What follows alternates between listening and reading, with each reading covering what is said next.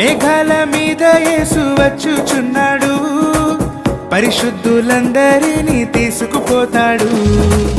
లోకమంతా శ్రమకాలం, లోకమంతా శ్రమకాలం, విడువబడుట బహుఘోరం, విడువబడుట బహుఘోరం.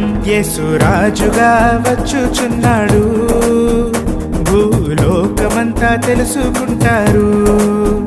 యేసు రాజుగా వచ్చుచున్నాడు, భూలోకమంతా తెలుసుకుంటారు.